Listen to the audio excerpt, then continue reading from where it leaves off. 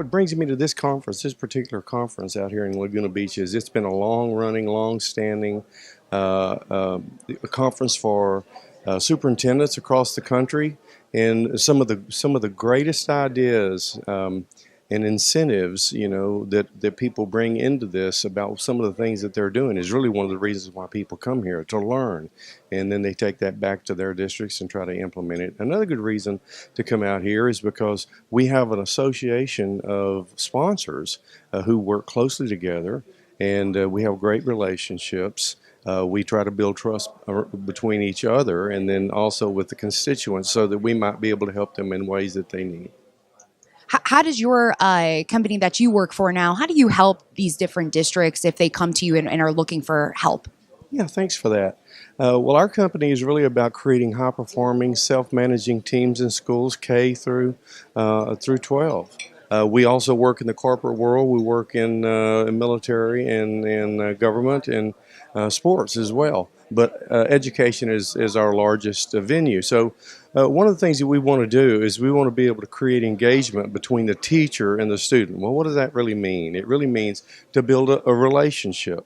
And even though a lot of teachers will say, yeah, I have great relationships with my children and my kids, if you ask the kids, they'll say a small percentage of teachers really like them.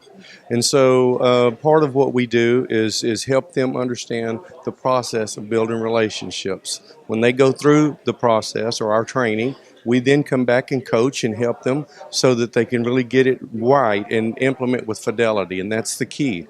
When they do that, then everything starts to rise. All the scores rise, all the key performance indicators go in the right direction. They're able to keep kids into class with our behave in, behave out discipline model. And so as a result, you see the schools over a course of 2 to 3 years move from low performance to high performance and from high performance to higher performance.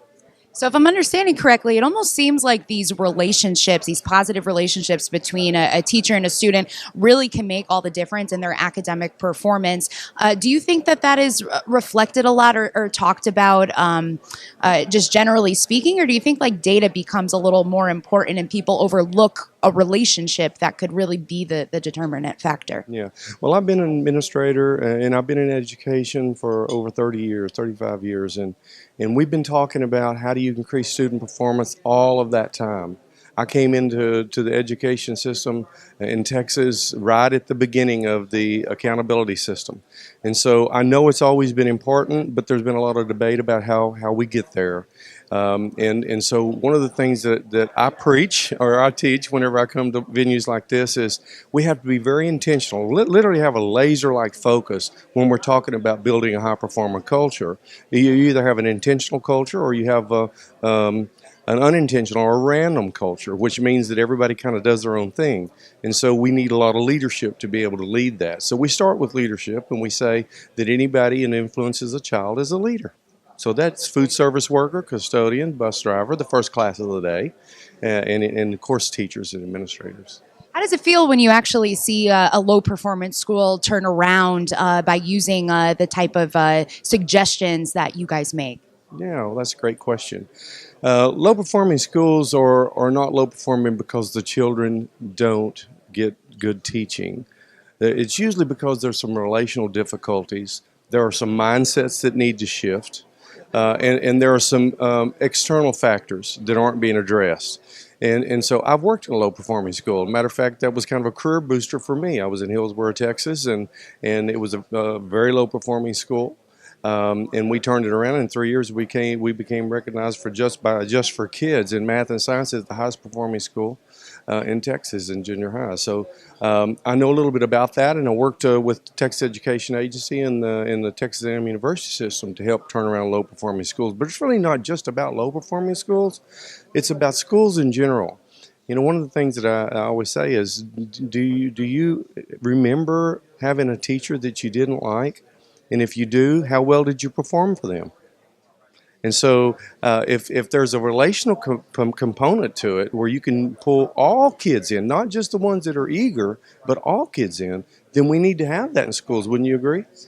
And so that's the passion I bring to this, is I want to see every single student and every single teacher have a connection that at the end of the day creates a learning opportunity for that student. And finally, today you're speaking. I'd like to just touch on a little bit what you're talking about. And I loved how you said mindset. What do you think are some common mindsets that maybe superintendents maybe get stuck in and need a little bit of just a different perception or a perspective, rather, to change that around and see some differences? Well, superintendents have a great deal of respect for them because they're in a pressure cooker. They have some political issues that come to their table that are really auxiliary to public ed. So they have to really be careful how they navigate that. But at the same time, they have to be the leader of the intentionality of their district. And so the things that I try to speak to them about is how can we bring to you a process that everyone can follow, that the research supports, and that will allow every single person to be able to make a connection that causes you to have a common language, everybody row in the same direction, and the kids feel and see it. And when the parents come to school, they feel and see it. And so now they're more willing not only to support the school, but now you can start talking about initiatives for increasing money or this, that, and the other, and you have people that are willing to support you. So it's a win-win-win. We've worked with over 10,000 schools across the country. In our company, we are recognizing schools that are really moving well with our processes and have created great performance in their schools, and we call them National Showcase schools. We have 51 of those, and so now we're having little bitty laboratories so that people can come to see those schools and go in and feel it, watch it, see the fruit of it.